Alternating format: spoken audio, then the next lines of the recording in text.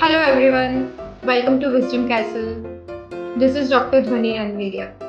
આજે આપણે જાણીશું ડેન્ટલ ઇમ્પ્લાન્ટ્સ વિશે. આજે ક્વેશ્ચન આન્સર સેક્શન રહેશે જેમાં ડૉક્ટર નિધિ મને ડેન્ટલ ઇમ્પ્લાન્ટ રિગાર્ડિંગ અમુક સવાલો પૂછશે અને હું જવાબ આપીશ. ડેન્ટલ ઇમ્પ્લાન્ટ્સ શું છે?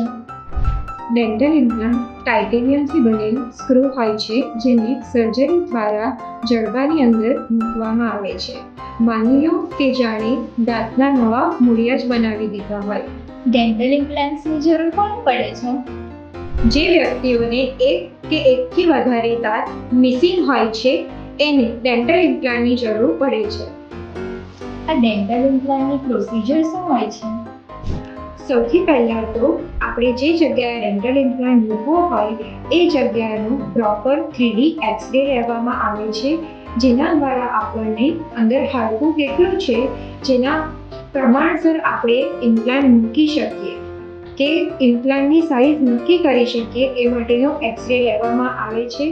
એ એક્સરે ઉપરથી ઇમ્પ્લાન્ટની સાઇઝ નક્કી કરી અને પછી સર્જરી દ્વારા ડેન્ટલ ઇમ્પ્લાન્ટને જડબામાં મૂકવામાં આવે છે. આ ડેન્ટલ ઇમ્પ્લાન્ટ્સના બેનિફિટ શું હોય? ડેન્ટલ ઇમ્પ્લાન્ટ્સથી કોઈ પણ વ્યક્તિ જાણે પોતાના નેચરલ દાંત હોય એ જ કોન્ફિડન્સથી ચાલી શકે છે, સ્માઇલ કરી શકે છે અને વાત કરી શકે છે, અને આ એક લોંગ ટર્મ સોલ્યુશન પણ છે.